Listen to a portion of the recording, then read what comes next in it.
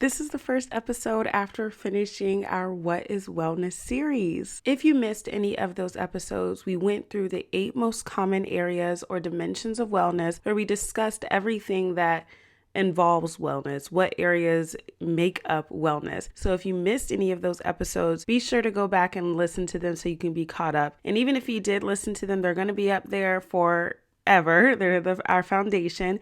So if you ever need a refresher or a reminder or just kind of want to go through any of them again, they'll be there for you for reference. Since we're just coming off of going through the 8 most common dimensions or areas of wellness, I figured it would be great to talk about putting it all together.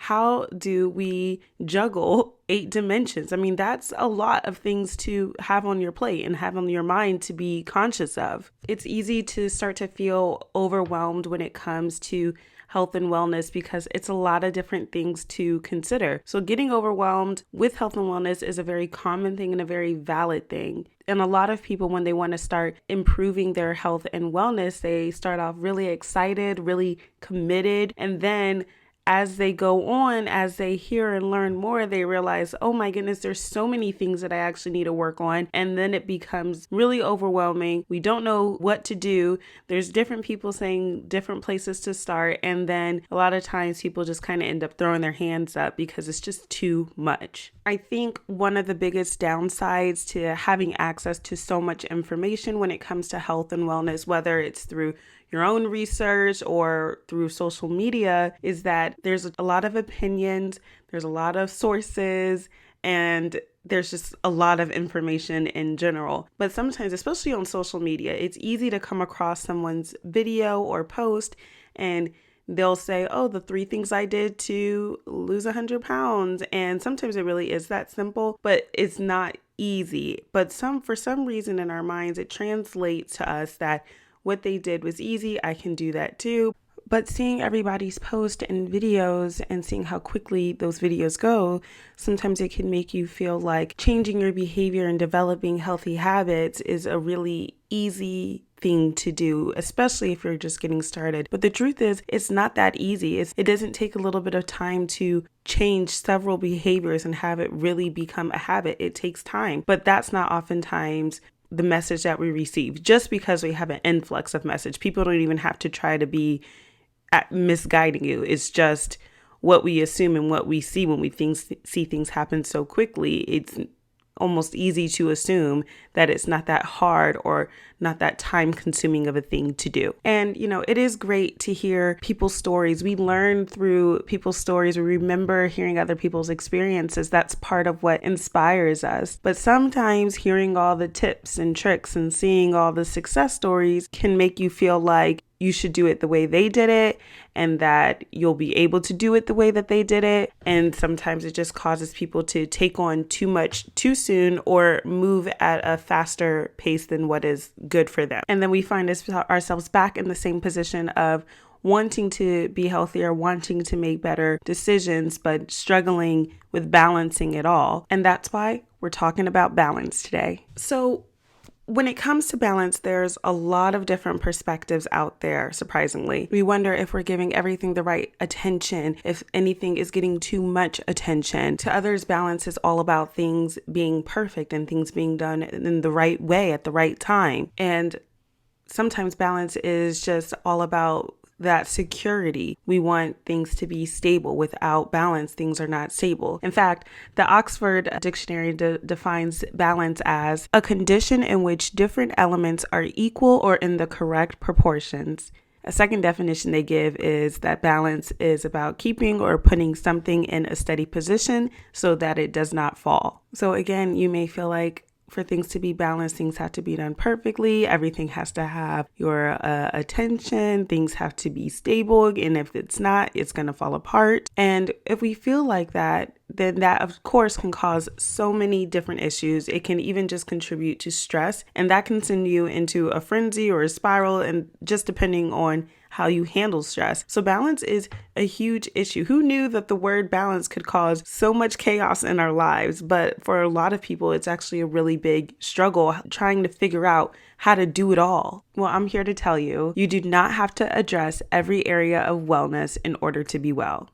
you don't. Instead, it's better to figure out what balance looks like and what it feels like for you specifically. Something I used to be really intent on in my early 20s was the idea that I could have it all. I could have the relationship, the family, the career, the house, the fun, the type of body that I wanted. Whatever I really felt like I wanted, I felt like I could just have it, and I could have it all whenever I wanted to. And I didn't really like the idea of having to choose, how to choose between either or not being able to have it all. I remember people saying, oh, well, you have to decide. And to me, I guess that translated as, if I choose this, then I can't have the other thing ever. So I was just on this self-mission to prove to myself that, you know what, no, those people didn't try hard enough. I know, it's ridiculous. But I felt like I just need to work really hard and I can have it all at once or all at the same time or whenever I wanted. I didn't want to try to choose between the family life or the career. I didn't want to have to think about if I had to choose between having fun or making sure I was studying enough. I felt like I should be able to have both of those in the same phase of my life. And I also wanted to have the type of lifestyle where health and wellness was a really big priority to me. And at the time, I didn't realize it, so I really couldn't articulate it. But what that was me basically having this idea of FOMO, which is fear of missing out, FOMO. FOMO. So that led to me trying to do everything, trying to do the studying, the relationship, the healthy lifestyle kind of thing, the going to conferences, going to networking events, going to church, working, all of it, going to class, trying to really do it all the time. And as you can imagine, that became pretty unsustainable. I wasn't able to last with that for too long. So I had to stop. I had to pull back. And it actually wasn't until I met with my academic life coach where we met for a session and we were supposed to be planning out my schedule as far as like studying and everything. And she was like, okay, Mariah, like, let's go over everything you have to do this week. Like, what's the roadblock and you coming up with a plan that you can actually commit to. And I was just like, oh, I just have so much going on. And she was like, okay, well, like, what's going on? Tell me what's going on.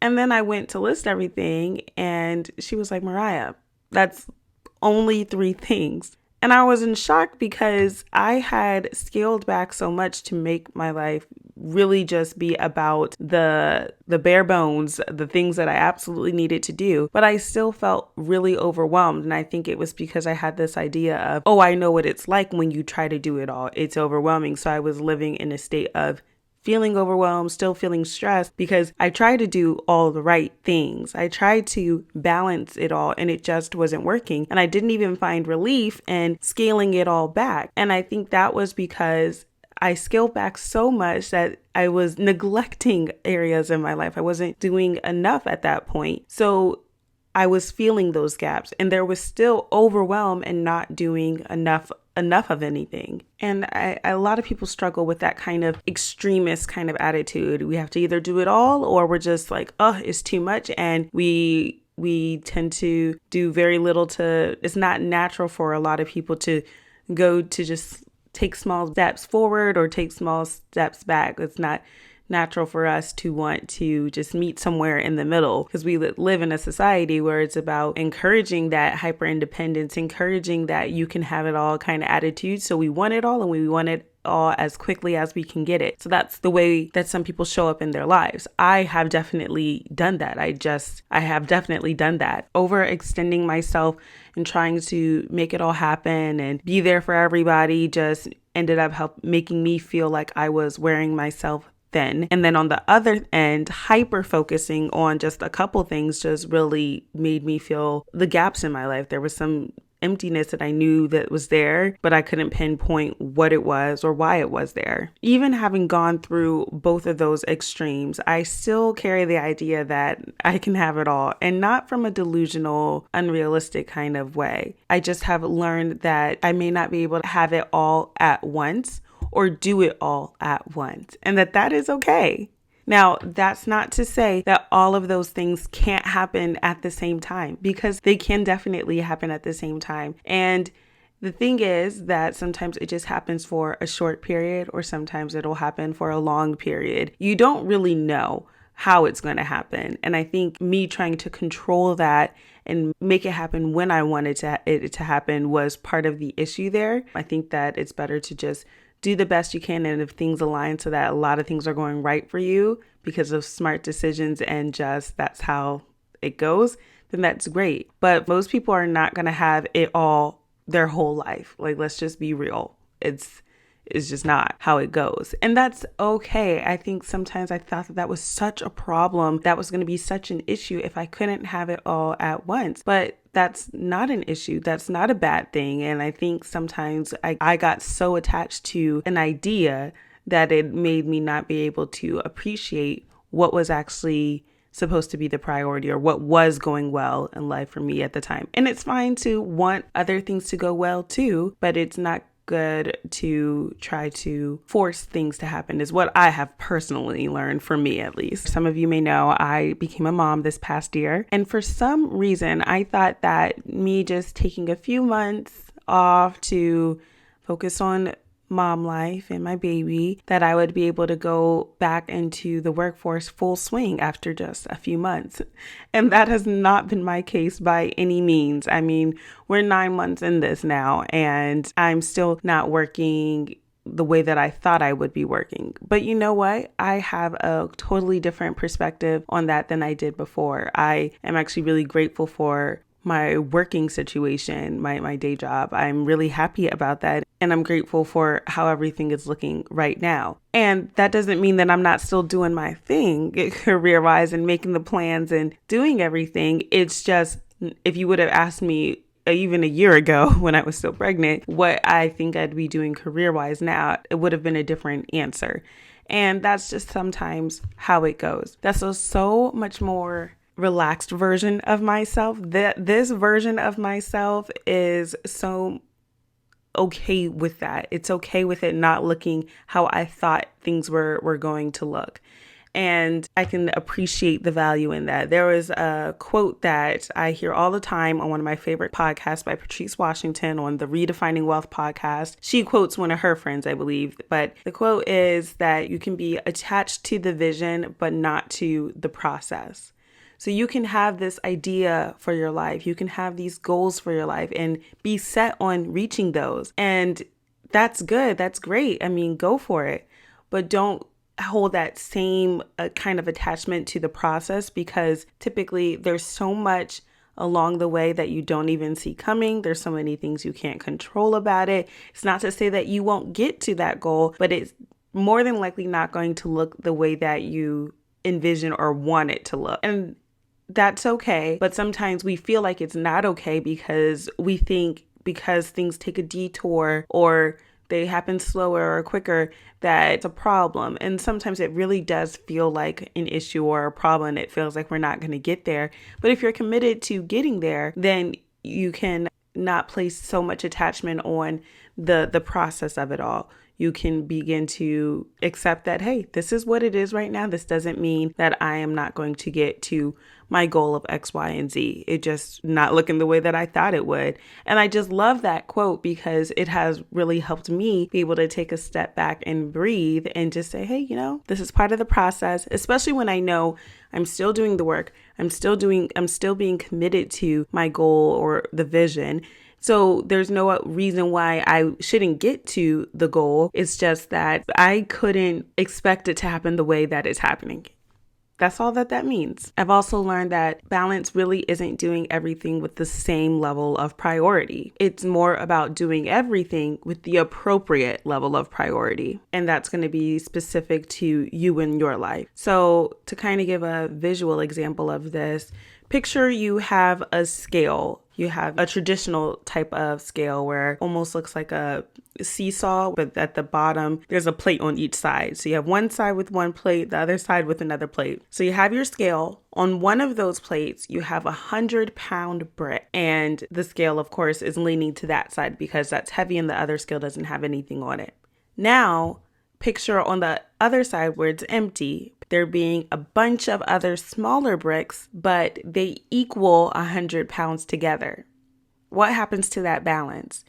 they level out, they end up being the same height because they are matching weights. It doesn't matter that one brick by itself weighs more than any of those other smaller bricks when you compare it one by one. But when you have the one brick that equals the weight of all the other bricks, they end up being leveled. The point is with that analogy is that whatever area of your life or brick in your life, it can have its own weight. It can be smaller or bigger than the other areas, but it's okay as long as it equals what's centered for you, what's in equilibrium for you.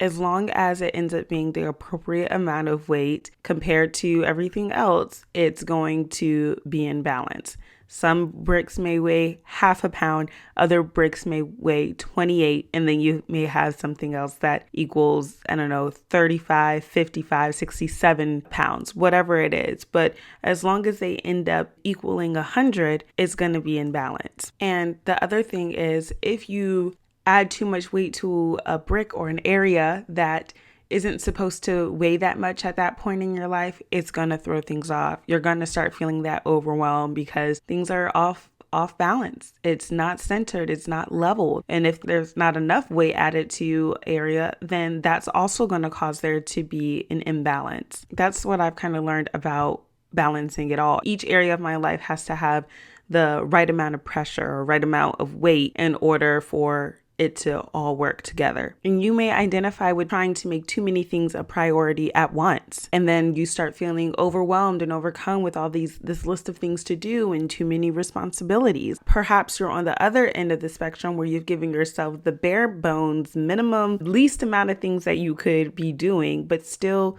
feel unsettled, not centered, and just kind of uncomfortable with where you're at and just know that there needs to be more done, but you don't know where to begin and it just feels off. Maybe you're in that camp too. So how do you fix this? You may be like, okay, I know you said each weight or each area has to have the appropriate amount of weight or pressure to it, but how do I know how much pressure or weight needs to be in each area? And I wish it really was a more complicated or deeper answer than this, but you have to do what I had to do, which is experiment.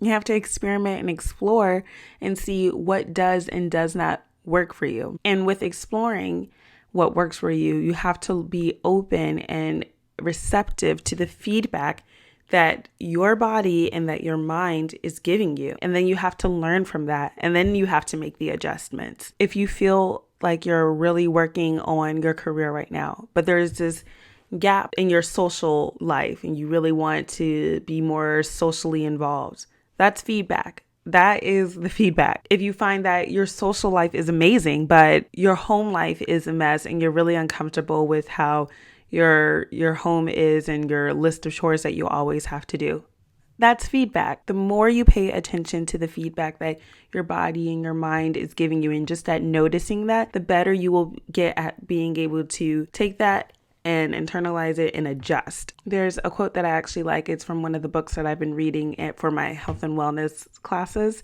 It says, by exploring what it means for each of us to be centered in our lives, we discover what allows us to feel safe enough to grow and move forward towards self-actualization and high-level wellness. So it's going to be personal to you. What works for me may not work for you. And it's cool if it does and we can do it together, but at the end of the day, we're not going to be walking the same path the whole time. So it's important to really figure out what works for you.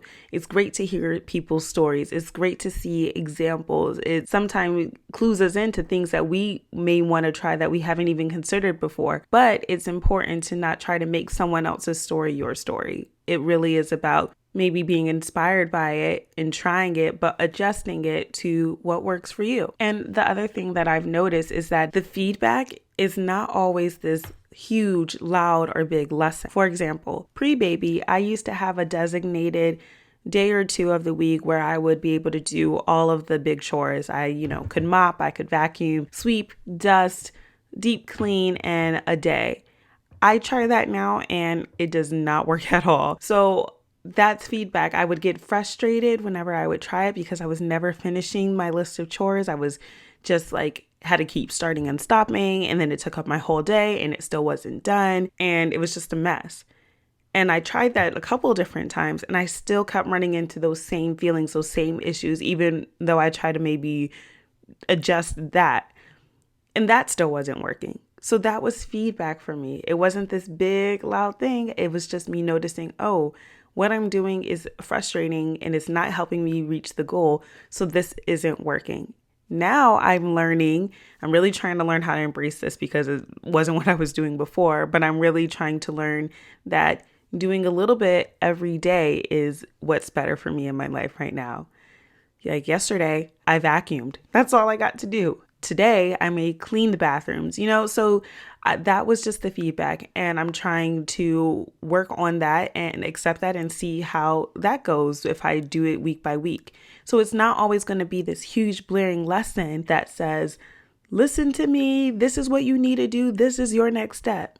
Sometimes it's as small as noticing what you're doing is causing frustration and stress and acknowledging that and then making adjustments. And you're not always going to know the correct adjustment to make, but you're not going to learn the correct adjustment to make if you don't try something else. So that's why it's about exploring and experimenting and adjusting. The other lesson that I've learned when it comes to balance is that once you find something that works, it's not a guarantee that it's going to stick around, unfortunately. I'm sure I'm going to figure out my cleaning routine and it may work for, the rest of the year, maybe even a couple years if I'm lucky, but it's bound to have to change, whether it's my work schedule picks up, my kid is in school and stuff, or doing more activities. Things change.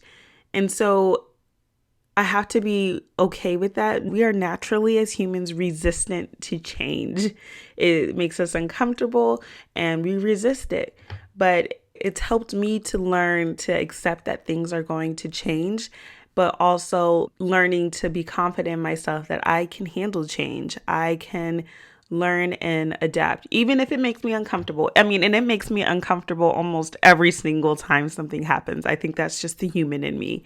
But I can reassure myself that I can handle it and that I will be okay and that I will figure it out because I've gained these tools of learning how to navigate through change. I know that, okay, I've gone through change before. It may not be this exact situation, but I paid attention to the feedback life is giving me, my body's giving me, my mind is giving me, and I'm going to explore and experiment and I'm going to figure it out.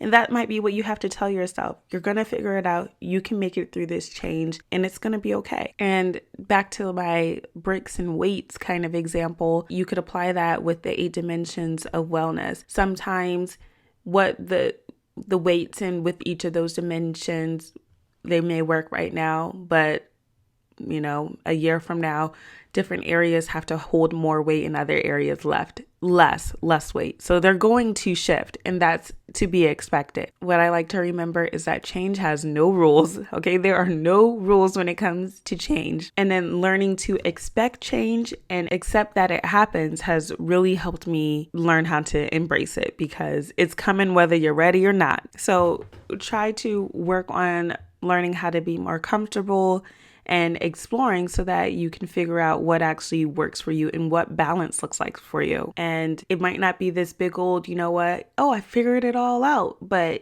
the sweet spot is when you're gonna maybe not feel so stressed, maybe not feel like you're missing something in life. That might be the sign that you're in balance, that you're doing it all. So other than trying to work on our exploring and experimenting skills, here's another thing that you can try to do to help jumpstart you and finding how to find the appropriate weight for each area of wellness. The next time that you start to feel overwhelmed, it might be helpful to think, I need to tell myself, check my weights. Just feeling overwhelmed, check my weights. Let me check my weights. Feeling overwhelmed is feedback. Okay. Today, if you can, think of how you usually respond when you're overwhelmed. Do you lash out? Do you shut down? Do you avoid things? What do you usually do when you start feeling those feelings of overwhelm? When you're feeling overwhelmed, try to remember to ask yourself, what is this feedback telling me? So first step, check your weights. Tell yourself to check your weights. Then ask yourself, what is this feedback trying to tell me? Sometimes simply naming the feeling can help regulate your emotions, can help bring you back down from that overwhelm. Next time I'm stressed with my cleaning routine and just feel frustrated and just want to say, ugh, whatever, this just isn't working. We're just not going to fold clothes at all this week or whatever. I'm going to tell myself to check my weights. And I'm going to tell myself after I can calm down, tell myself or ask myself, what is this feedback telling me? And go from there. See what comes up. See what you think. See how it feels. Know that that's feedback, and that's a good starting spot on trying to make it better and trying to adjust your weights. I hope this is helpful. If this gave you something to think about at all, please rate the podcast. You can do that on the apps like Spotify or Apple Podcasts. Fun fact, even if you've rated it before, you can do it again. Rating the show really helps us climb up in ratings, and that's going to be great because it's going to help more people hear about the show and they can join our conversation, and more people will be able to improve their wellness. So please take the time to rate the show today if you have the time. I appreciate all the support that I get, every single one of you. I really do appreciate it. I hope you have a good rest of your day. Try to check your weights. Until next episode. Bye.